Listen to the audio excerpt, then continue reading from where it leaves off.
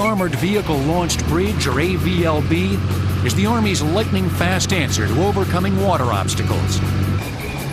An immense Insta-bridge, stretching a river romping 32 feet long and 13 feet 1 inch wide.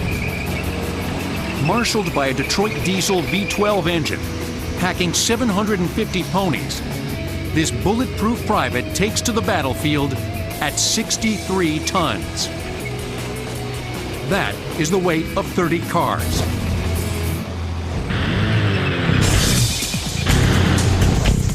Staff Sergeant Jeffrey L. Griffith has been launching this mobile mega bridge since the 1990s. But for Jeff, it's an experience straight out of the 1500s.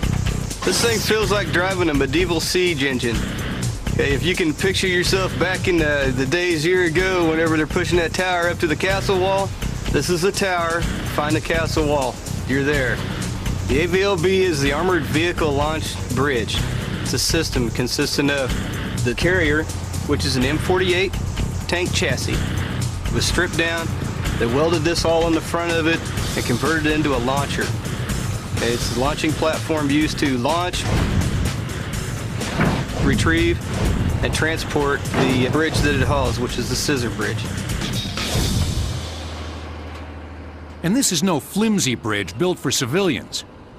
This 30,000-pound aluminum structure can extend 60 feet to bridge a gap, and then support an astonishing 60 tons of traffic.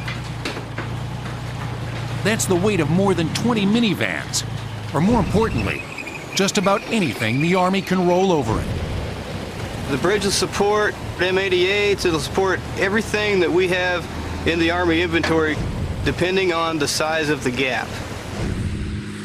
This is how the AVLB system works. First of all, you have the cables. They wrap around the cam in the middle, which is hooked to a huge hydraulic cylinder, which gives the bridge the leverage when you start raising that up after you have the bridge up on top. It raises the entire bridge up to what we call the vertical position. Okay, once you have it in the vertical position, then you have to work two levers at the same time. You have to work number 2 and number 3. Now what number 2 and number 3 does is actuates the scissor cylinder within the bridge, which causes the bridge to unfold.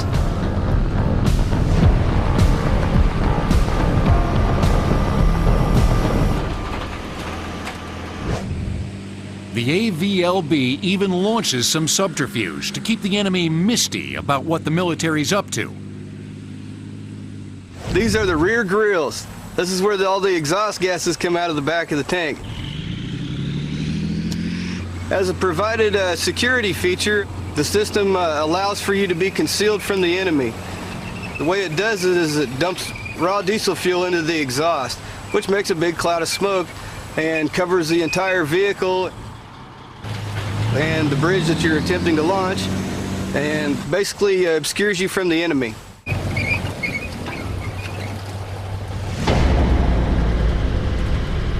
But despite the AVLB's smokescreen, in the heat of battle, no machine is invincible. So the AVLB's mission is to move fast and deploy double quick, or face the fury of enemy fire. Okay, the bridge can be launched in 2 to 5 minutes. If you're being shot at, 2 to 5 minutes can be a long time. But consider the other options. The other options would be manually in place bridging, which takes a platoon of people, that's about 30 soldiers, about 4 hours to in place across the 60-foot gap. I think this piece of equipment is valued and trusted on the battlefield. It's maintenance intensive, but also a very dependable piece of equipment.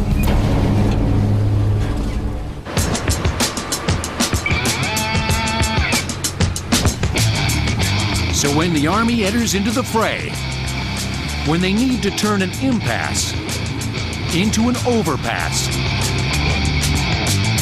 the Armored Vehicle Launched Bridge is always within reach. What impresses me about the AVLB is when it's used in a battlefield scenario, it saves lives. That's the bottom line there. The way it saves lives is because it gets us across an enemy obstacle expediently. We don't have to stop, we don't have to wait, we don't have to go around. You just plop the bridge down and drive over it so we can go get the bad guys.